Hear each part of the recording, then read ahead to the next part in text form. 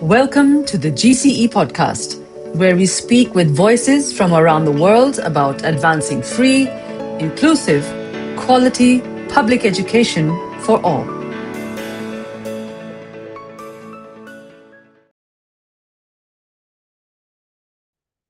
Welcome to the very first GCE podcast where we dive into stories, data, and voices of different regions and constituencies of GCE, advancing the right to education.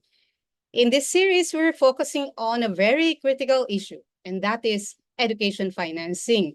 And this is the central theme of the Global Action Week for Education 2026, which is being organized by the Global Campaign for Education.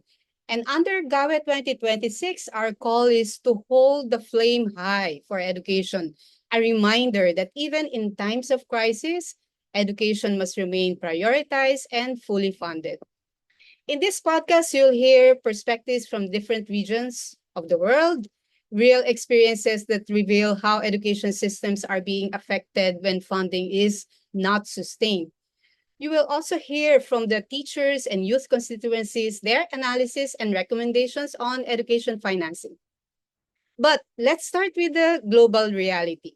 Whenever a crisis hits, education is one of the first sectors to face budget cuts despite being one of the most critical investments for recovery and long-term stability.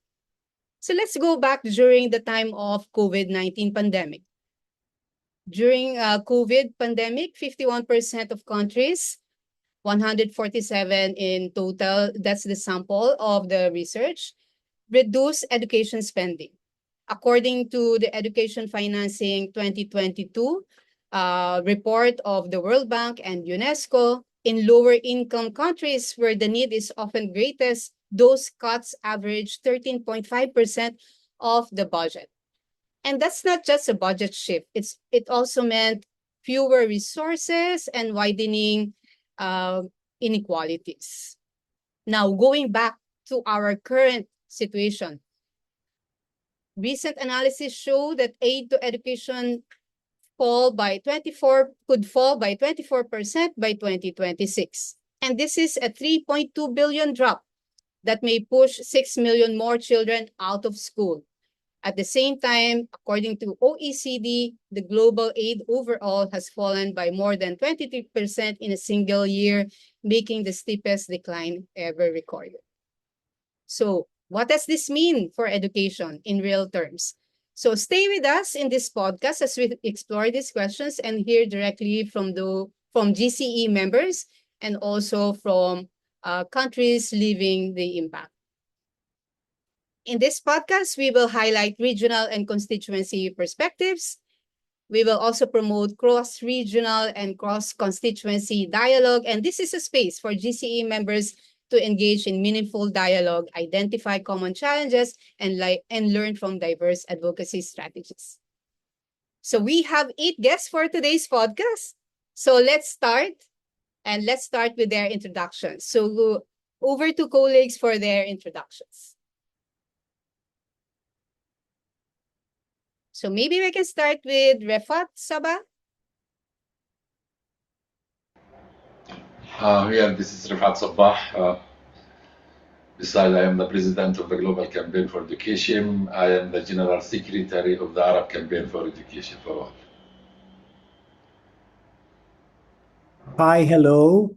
I am Rene Raya from the Asia South Pacific Association for Basic and Adult Education based in Manila, Philippines. And I am the Regional Advocacy Coordinator and Lead Policy Analyst. Hi, my name is Dennis Inyolo. I'm the Africa Director of Education International, the Global Union Federation of Teachers. Hi, my name is Crispin Williams. I represent the Global Campaign for Education in European countries, North America, and Canada.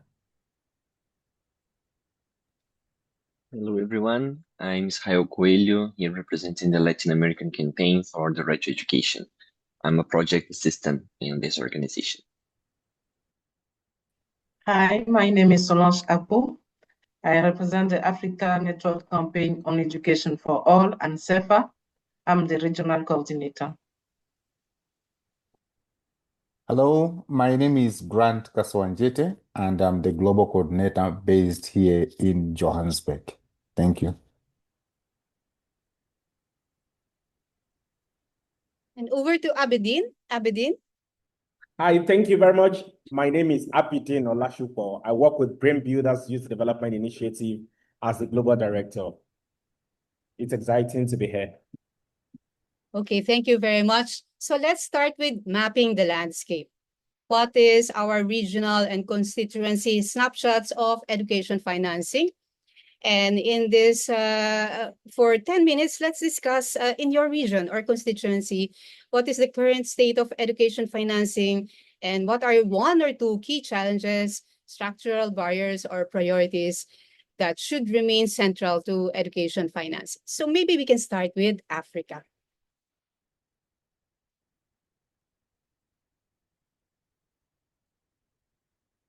Yes, Solange, we cannot hear you.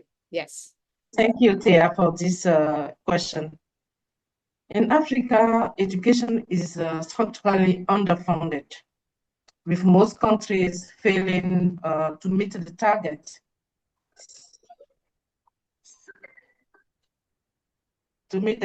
set out in the Incheon Declaration to allocate between 4 to 6% of GDP or 15 to 20% of public expenditure to education. Indeed, the continent faces high demand due to the demographic pressure, inadequate funding, and massive annual funding gap, estimated at $77 billion by 2030.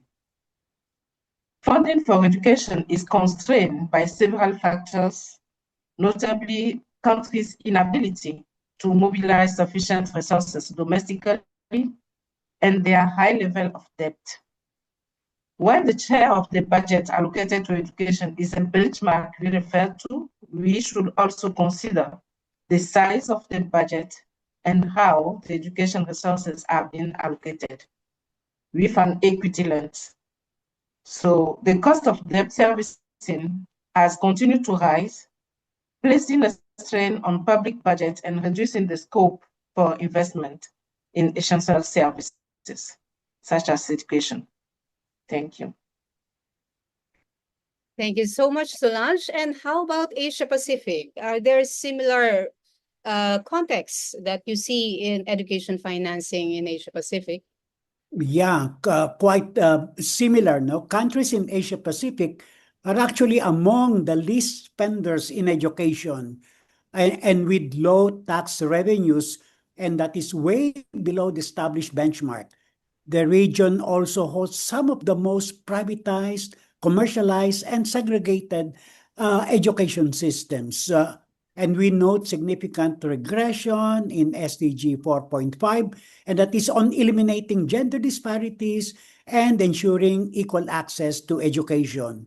We need a fundamental shift in financing to prioritize those who are most vulnerable and excluded, and which are the key promises of the 2030 Agenda for Sustainable Development. I think the main challenge is basically political in nature. So a decisive shift in political commitment is essential to drive fundamental shift in financing education. It's a strategy that is transparent, participatory, and learner and teacher-centered. We in the education movement, together with educators, learners, and other social movements, must intensify the advocacy and mobilization and hold governments accountable to realize this transformation. Thank you. Well, you talked about the shift, the political shift. And yesterday, Refat also talked about education financing as a political choice.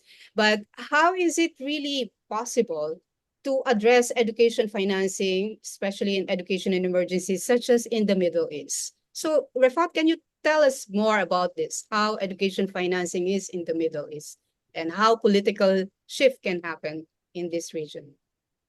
In the Middle East, the education financing, it's defined by a paradox. Education is recognized as a right, but financed, it's a marginalized sector actually. The structural reality in the Middle East, we can say that most of the countries, when it came to the domestic financing, we can speak about 90% actually of education funding comes from the national budget, not aid. But yet, there's many countries face shrinking physical spaces due to the rising debt burdens. Many spend more on debt than education. Austerity policies, there is cutting public spending related also to the debt issues, declining or politicized international aid. This is one of the problem that we are facing. Also, as all of you know, the ongoing violence, the ongoing war in Middle East, we are spending millions, billions of dollars in weapons, and this money could handle all the budget of the Ministry of Education in all the region. This is one of the things actually, most of the challenge that we are facing here in the Middle East.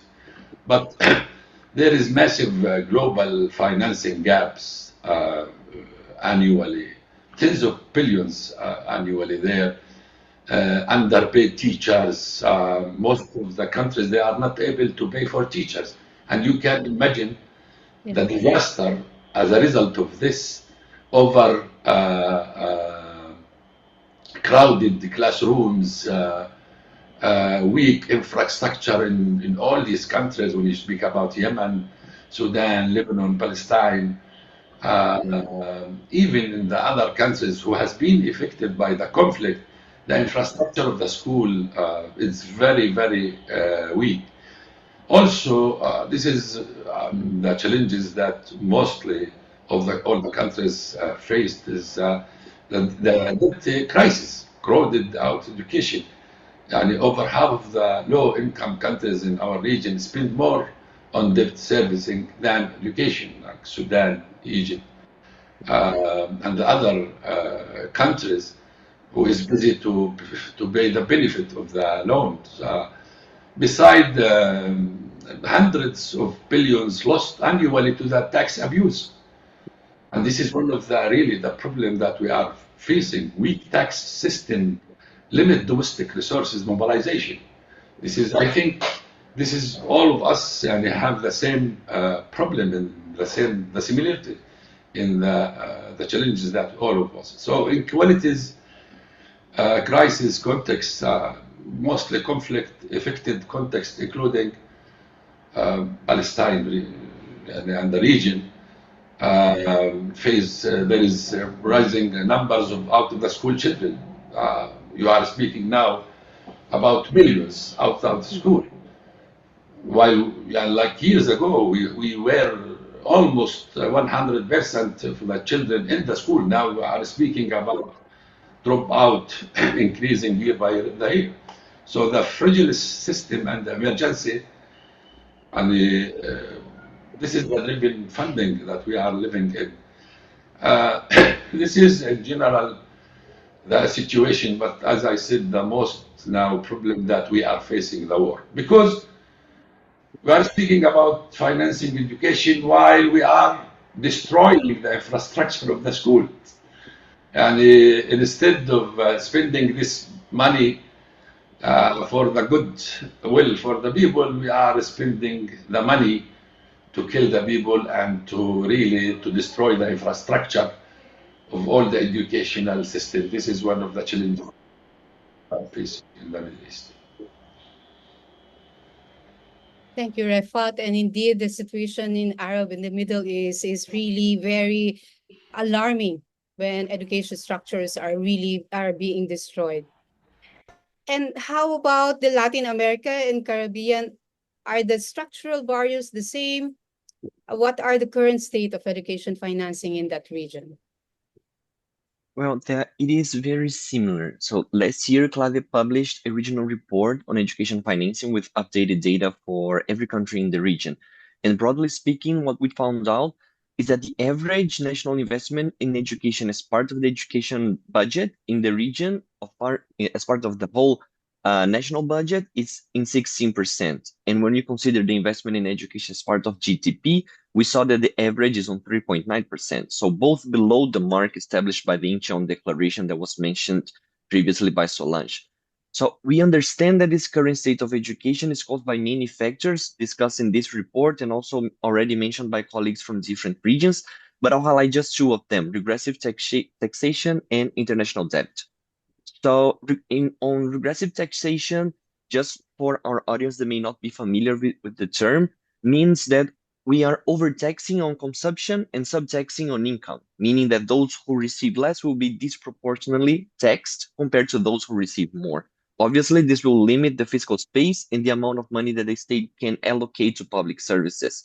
And this limited amount of money is not even spent on the benefit of the population, since a significant proportion goes to debt services. In some cases, it is even higher than the amount allocated to education, just like already mentioned by Rifat. So this is a broad context on what does education financing looks in Latin America and the Caribbean. Okay. So now we go to that part of the world in Europe and North America and wondering, are there structural barriers in that region? What kind of issues are there in this region where we find the OECD and the developed countries? What do you think, Crispin? Well, I think that both you and other participants have already pointed out the unprecedented cuts and the deprioritization of education in terms of its political focus. And this is felt most keenly in the European countries, America and Canada, who traditionally have been some of the main donors in relation to ODA. So I think that those are really the key challenges. How can we stop and reverse the cuts to education and the deprioritization of education politically? And I think, going back to some of the points made with the potential solutions there, I think we need to look at, how we can do things in a way that doesn't negatively impact debt in regions of the world that we've been talking about and still retains the right to education free for all in that sense as well. And I think it's important to mention the most pressing financial sort of issues ongoing. We've talked about the fact that donors input into some of these large organizations. And I think the replenishments that are coming up this year for education cannot wait, for the education emergencies area, and also for the Global Partnership for Education, the longer term sort of education are two key areas that we really need to focus on. And in the ANACE region, we will be lobbying national governments to continue investment into those two organizations as the sort of short to medium answer as we push back and try and reverse those cuts and deprioritization of education. Thank you. Thank you, Crispin. And you have created that connection between the global north and the global south, the situation of education financing and our interconnectedness, and also our interconnectedness in terms of advocacy. And so now we go to the teachers and the youth constituency, but let me first go to Dennis. We said that qualified teachers, the number of qualified teachers is regressing. And yesterday you mentioned the world needs 50 million more teachers by 2030. What's the situation in terms of financing education and financing teachers? Over to you, Dennis. Yes, thank you very much. Indeed, governments are not investing sufficiently in education and teachers. When thinking about teachers, of course, we have to think about the global teacher shortage. You have just mentioned 15 million, including early childhood, 44 million for primary and secondary education levels. And then in sub-Saharan Africa, the shortage is 15 million, which is quite huge, quite significant. So that is the first big challenge, that governments are not investing sufficiently in training new teachers or recruiting them into the profession. And then, of course, providing continuous professional development is also a challenge in many parts of the world. But also, in addition to that, it is the issue of making teaching an attractive and first choice profession, which is a challenge simply because of the low salaries and poor working conditions. The situation is even worse in conflict and crisis situations, where teachers quite often go for months without receiving any pay at all, or the level of the salary is simply inadequate. And this is often caused by austerity measures imposed on developing countries by the International Monetary Fund and other international financial institutions. They put a cap, for example, on public spending. They put a cap on the wage bill. And this cap predominantly affects teachers because they tend to be the majority of public sector workers. And education is obviously grossly affected by these measures. And then, of course, in addition to these austerity measures, we have the issue of debt. The issue of debt is impacting many developing countries. There is a country that is spending 80% of its national budget servicing debt. Other countries, these are real countries, spend 55%, 50%, 45, 40% of their national budget servicing debt. So they have very little room to maneuver in terms of investment in education, health, and other public services. Thank you. Thank you very much for that perspective from the teachers union. And now, what's happening with the students and youth who are at the center of these education systems? Abedin, can you share with us the perspectives on education financing of young people? Thank you very much. I'll be talking from the perspective of an individual that has, attended different national and international forums, engaged different youth and students as well. Unfortunately, we are at a time where, education has been witnessing a decline in financing from governments, despite, the promises they make at UN General Assembly on UN Day of Education, promises made towards achieving the SDG, especially when they attend the high-level political forum. The perspective of youth and students is that enough of all these lip service promises that are not matched with actions, because year in, year out, government will always tell us that they want to increase budgetary allocation to education to solve the problem of poverty. We had cases where, war and conflict has ravaged different sectors. There are a lot of community in the country where I come from, as I speak today, that students could not attend school, both primary and secondary, as a result of terrorism, as a result of kidnapping, and as a result of unrest in those zones. Then the same category of students will be competing with others who have attended schools uninterrupted. One of the core fundamental rights is the right to quality, free, fair, and credible education across different continents, not only even Africa, because engaging youth and students from other continents as well made us know that, some challenges are peculiar, especially in grassroots community, where, even access to internet to learn some things, might be epileptic or poor. So our general assessment is that despite the fact that we have always been called leaders of tomorrow, there has not been intentionality on the part of the government to be investing heavily in education. And education has just gone beyond just numeracy and literacy skill. Even as some sectors are catching up with that, we have AI now. That is the talk of the town. So that's our standard. Government has not been taking us serious, but we appreciate efforts of different coalition, and most especially, the Global Campaign for Education as well. There was a particular time that the Global Campaign for Education funded us for an education financing research, wherein we engage Ministry of Education in Nigeria. We work with coalition of civil society organization on education called Sakeva in Nigeria as well. So initiative like this should continue at the front burner for advocacy for increased budgetary allocation for education finance. Thank you.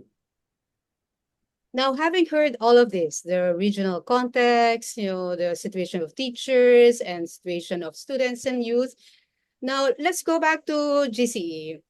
Grant, what is GCE's take on the education financing at the global level?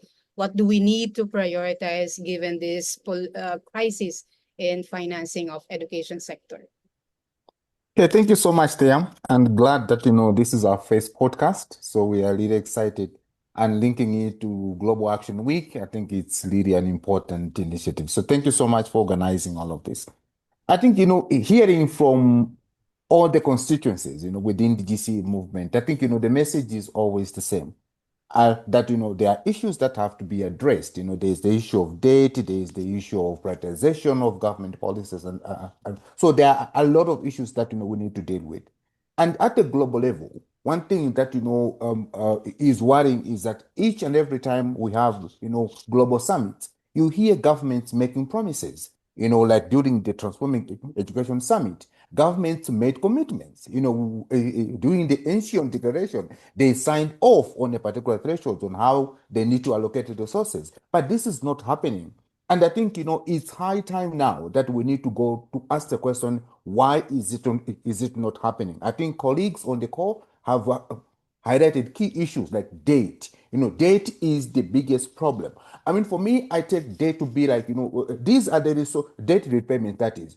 These are the resources that governments have. They are in their coffers. This is not aid or anything. This is something that is sitting with them.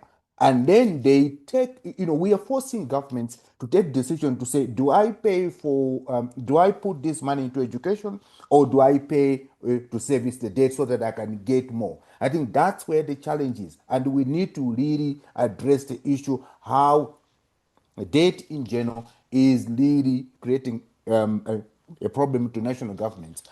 A country where I come from, Malawi, for example, Malawi within the fiscal year of 2024 to 2025, they had to repay 25% of their national budget, meaning that the money that is only left is 75. And if you add what government is paying in Malawi for or the key social sectors like agriculture, health, and education, it is only 35.1%. But they are paying 25% to debt repayment, which means a lot of the money is already going out. So debt is really an issue that we're seeing a lot, and there are so many initiatives at the global level that are trying to cap it. We need to address the issue of debt if we want our government to have enough resources to cover social services, including education. Thank you, Grant. And now we go to, let's look at the common threads. And you already mentioned many of the structural barriers. And by now we can see, what are the common themes? What are the common structural barriers? And Grant already mentioned, the impact of debt. So at this stage, let's dive deeper. I would like to ask Solange, Rifat, Crispin, and Dennis, looking at, your perspectives and also cross perspectives, what do you think are the pressing structural barriers that we should focus into, dive into deeper into our advocacy? If I may start, I think that debt stand out as one of the most important issues that our countries are facing across board. And this is unfair to force countries to repay that what they have some needs, social needs at home to meet.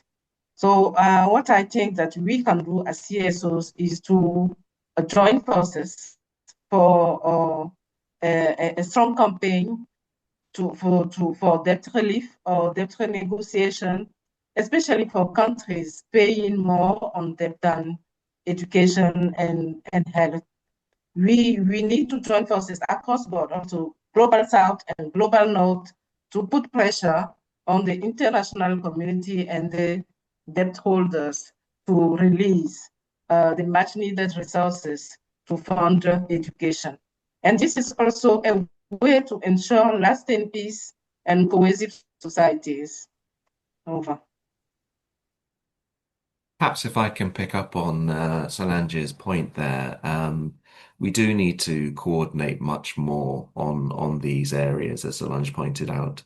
And I would just add, I think that there's a real need to coordinate as well around how we do resource mobilization, as we've talked about, a vast majority of it comes from within country, and we need to empower those coalitions to be able to really hold their governments to account and to get the necessary funding for education. But what I'd also say is that as the global north and the European countries, US, Canada, we need to work at how we coordinate in that resource mobilization to make sure that ODA, things like getting it back up to 0.7% of gross national income, that side is also taken seriously by donors so that we've got the push on both sides. And I think that's going to be crucial both in in getting more money in terms of education financing, but also some of the shifts in landscape that is coming, where there's much more priority at the local level, this localization as it's often called,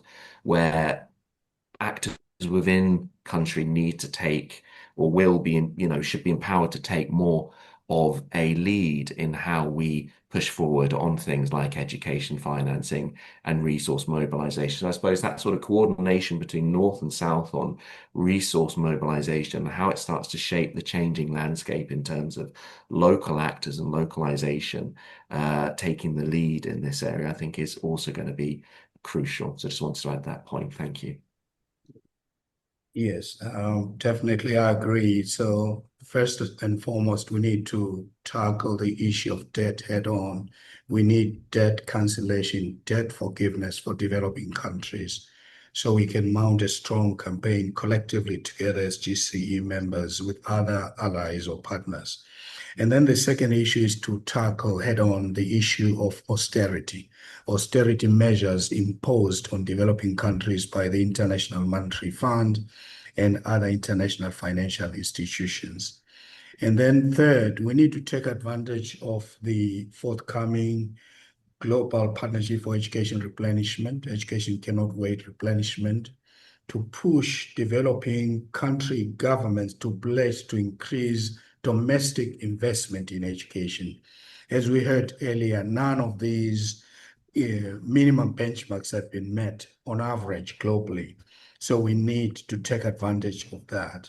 And then, of course, focusing on teachers, it's really, really important that we go back to what I mentioned yesterday, the critical importance of the UN Secretary General's high-level panel recommendations on the teaching profession. We need to get these recommendations known by governments and, more importantly, implemented in order to end the global teacher shortage and elevate the status of the teaching profession. Thank you. Thank you.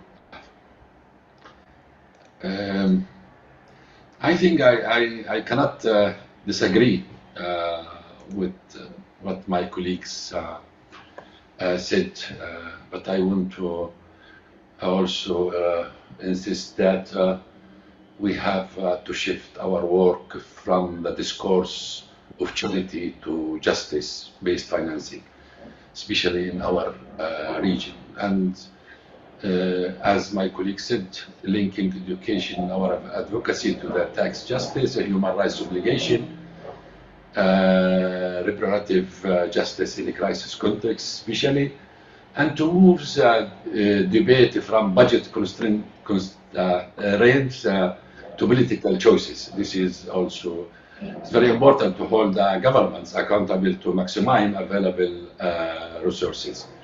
So tax justice and the domestic resources mobilization campaign and advocacy is a key pillar to have a progressive taxation, index tax avoidance and illicit financial flows, expanding tax base fairly in this.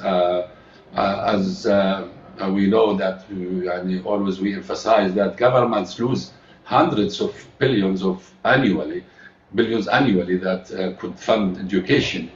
So the shifting discourse, especially from all the platform, the global platform, towards tax as a core education issue. So as also my colleagues, debate justice advocacy, this is very important when it came to calling for debt cancellation, fair debt restructuring, also ending all the conditionalization that cut education spending. In all this is very important advocacy and campaign that we should focus on, especially as I think Denise who mentioned about the privatization. So public education now under threat. So we should speak about all these low-cost private schooling models and commercialization of education. In any way, all this important, but for me, I was asking myself where we are from the war that happened now and maybe increased. What our position as educational movement all over the world towards what is going on. That's what now they destroying countries. They are spending billions in just killing people. We are speaking about $2.2 trillion. It's go for nothing, for just destroying the humanity. We have to come together as a global solidarity day to call for ending war. The war is not the way to build peace. So I think one of the challenges that we face, as all of you know, is the teachers' salaries. Most of our country, the teachers, they are not taking salaries. Even if they take salaries, the salary is nothing. So all this is as a result of the war, as a result of the global political choices that they prefer war on peace. So I think as an educational movement, this should be also our call, our advocacy. We should be more brave in putting politically our position and go beyond it. We cannot just asking to increase the financing, while there is others who destroying everything that we are building. Another things that we now facing is the global liberal, if I can say it, system that we follow.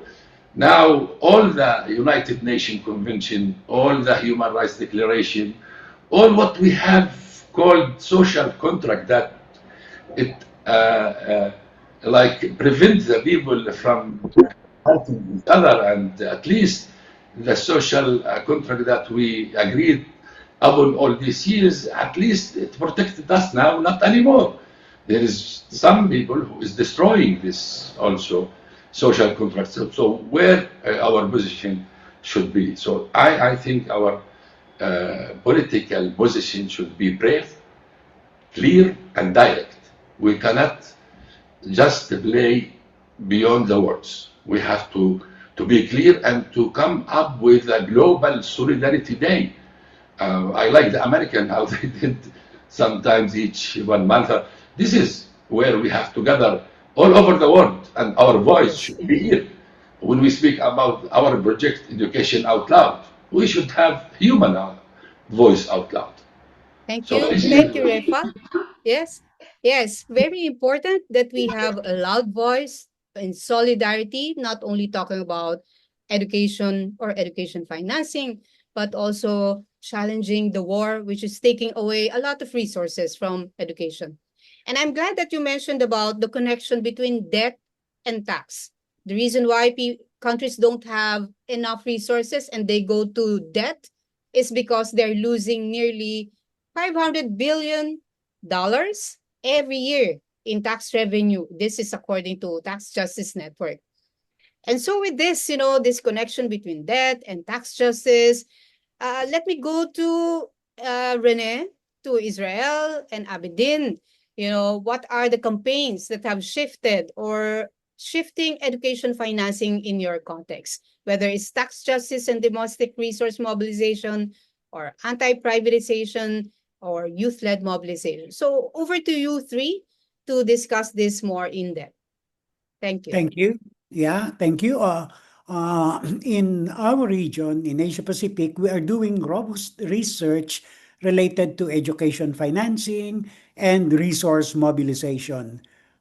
We think that this is a very important process for evidence-based advocacy. So we do broad consultations with our constituencies, with our partners, particularly those from the marginalized sectors because they are the most affected. So we discuss the issues and agree on feasible proposals related to budget and to tax measures. So we need also champions in the ministries of education and finance and with legislators. And we need public support, media advocacy, and mobilizations to be able to generate very strong pressure. So this is what we do in the Philippines where we engage our Congress, this is our parliament, by presenting clear budget proposals for education and where and how to generate the necessary funds. And we have been, partially successful in increasing the budget for education, which now actually reach the global benchmark. And so where do we get those funds? We get these funds by saying that, the taxes from real property, measures and levies should go to education where there are gaps. We are also campaigning for additional taxes on beverages, and we have tobacco and alcohol taxes, which we are campaigning to put into education where there are gaps in financing. And so these are some of the measures, successful ones or partially successful ones in our campaign for education financing and resource mobilization. Thank you. Yeah, allow me just to connect what Rene was saying, because Rene mentioned the advocacy at the national level, which is really important. But in GLADE, we managed to be part of a regional working group to work on a regional framework for sustainable financing, equity, and efficiency on education investment. This was led by the ECLAC, the Economic Commission for Latin America and the Caribbean. And this document is relevant because it presents some recommendations for states in Latin America and the Caribbean to increase the budget for public education and how also to better allocate it. And through our advocacy also, together with our members, with our allies, we managed to get some messages in the final document. I'll highlight just 3 of them. So the first is on the expansion of the fiscal space and allocate a bigger share of national expenditures to education. The second one is a recommendation to establish a minimum cost for quality education per student.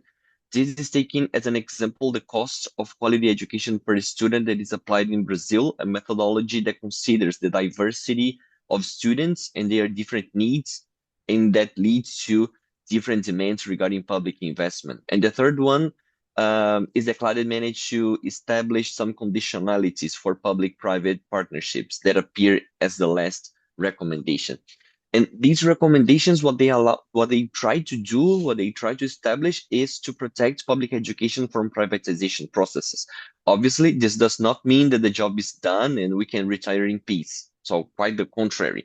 Now comes the step of implementation of these recommendations that must be taken at the domestic level, as Rene was mentioning, where bonding decisions regarding public expenditures are made.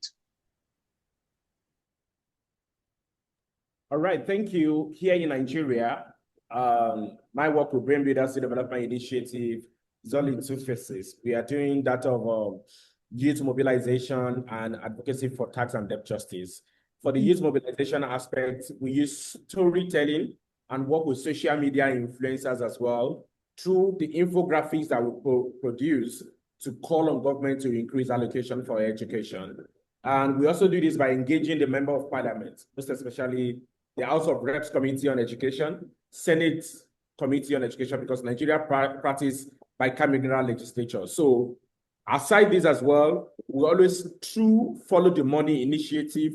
We follow the education budgetary allocation as well to see that the money that has been allocated to education, are they being used appropriately? Are there no misappropriation of public fund? Are there no embezzlement? Are there no corruption? So that the little money we get for education, we ensure that it's being used to really finance education and not really diverted. So it's a cross mix of youth mobilization, leveraging social media, using storytelling and infographics, and as well working with influencers, and as well advocating for data and tech justice as well to, give tax holiday to organizations who are financing education. Thank you. Thank you very much. These are very important struggles that we do, from revenue raising for education to watching the expenditure part of education, and also looking at how to address the systemic barriers to education access and also education equity. So now I ask you move to Grant for GCE. How do these struggles and how do these strategies feed into GCE's global advocacy and our broader calls to action on education financing? So thank you so much, Thea. I think, listening to all of this, one can actually see that, the key issue is around debt and, the issue around tax. And that is why at the Global Campaign for Education, it was agreed that, GCE should be part of those that are pushing for the UN Tax Convention that, we are a part of, because we feel this is a very important, element that would help us to shift towards tax justice. We have all noted how difficult it was even just to get the preliminary, agreements around this work. How governments were voting. That shows us to say, that shift is not comfortable to everyone. But this is something that, we have to ensure that, we push, we have to do. And secondly, we also have to interrogate this concept around debt repayment and ODA. I think, at times, when you hear these two things, it's like one hand takes, one hand gives. The question is that, there is no balancing in these figures. It is 25% that goes out, 3% that comes in. I think we really have to really interrogate these issues to say, what if, we really balance all these issues? It's better that, we keep the 25 and the other one doesn't come through, because that gives us more resources into education. That doesn't mean that ODA is not important. It is important. But then, governments are losing so much and getting so little. I think these are some of the issues that, we need to interrogate. Then lastly, it's these universally agreed conventions. How far can we really enforce them at a country level? We have the UN Tax Convention. We do have the Transforming Education Summit, where governments really made commitments to say, we want to do this. We have the Enshon. How much can we really enforce this at a national level? Can we litigate these matters beyond just, writing statements? Because I feel like where things are getting, we really have to force governments to do certain things. And very, very last is an issue that, we need to find a way to ring-fence, government revenues. How much can governments repay as loans, from the revenues that they are getting? At the moment, there are things that are, is it 15%? Is it 12%? Is it what? We need to find a clear standard that would actually guide on how governments are supposed to deal with these matters. And these are the matters that, we at GCE, we are beginning to look at, because we feel like these are the things that will change most of the challenges that, have been outlined by colleagues on this call. Thank you. Thank you very much, Grant, for making that connection between our global engagement and also, importantly, the country engagement. Of course, there are regional spaces where we also advocate for the right to education. Now, let me jump to our collective calls to action. And going back to our Hold the Flame High GAWE 2026 call, I would like each one of you to give your message. But just a caution, because nowadays attention span is so short. It says that you need 30 seconds, before people, are distracted from your speech. I remember the times when we always practice what is your elevator pitch, and elevator speech, and now it's becoming shorter and shorter. And it says that in TikTok, The content needs to hook attention in the first 1 to 3 seconds. Otherwise, users will swipe away. So I give you the floor to give us your key message in one sentence. What is your call to action and education financing for your region and for the global community? So let's start with Refat again, and then the others can follow as we started when we introduce ourselves. Our humanity need more to invest in education rather than to invest in war. And this message is for the global community. Thank you. Thank you. Rene? Well, now, education is the best investment governments and donors can make for peace, social cohesion, and for social and economic progress. Thank you. Over to you, Solange. I call on the international community to solve the debt crisis and finance education, putting in place a debt relief mechanism. Thank you. And over to Crispin. I agree with colleagues. I think education is the best investment, and I want to say something concrete. So I'd like to bring focus to the ECW, the Education Cannot Wait, and the Global Partnership for Education Replenishment as a way that governments can show that investment and support for education. Thank you. Over to you, Israel. Thank you. I would say that we should insist on tax justice and education financing until the children of the CEO goes to public education. And Dennis? Teachers matter. Invest in teachers now. Okay. Abidin, over to you.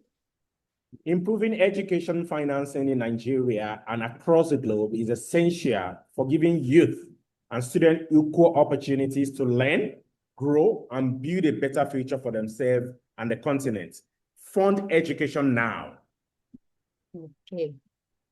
And lastly, but not least, Grant, your message. Yes, my message is to the world leaders. Don't force countries to make difficult choices of funding or repaying debt instead of investing those resources in their own citizens. This is what will build the nation. This is what will build the global peace. And with this, we end our podcast. So thank you very much to all our guests for this first podcast. And we would like to engage you with our ongoing education financing. As we know, we are all into GAWE 2026 now, and we are all working towards education financing, not only within this week, but also beyond this week. But finally, let us remind ourselves, and in our call to governments, donor partners, international community, and also to the civil society, let us join us to hold the flame high for public, inclusive, and well-financed education for all. Thank you very much.